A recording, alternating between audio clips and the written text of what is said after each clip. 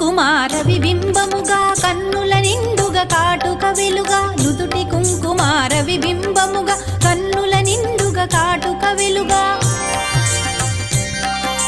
కాంచనహారము గళమున మెరయగ పీతాంబరముల శోభలు నిండుగా కాంచనహారము గళమున మెరయగ పీతాంబరముల శోభలు నిండగ సౌభాగ్య లక్ష్మీ రామమ్మ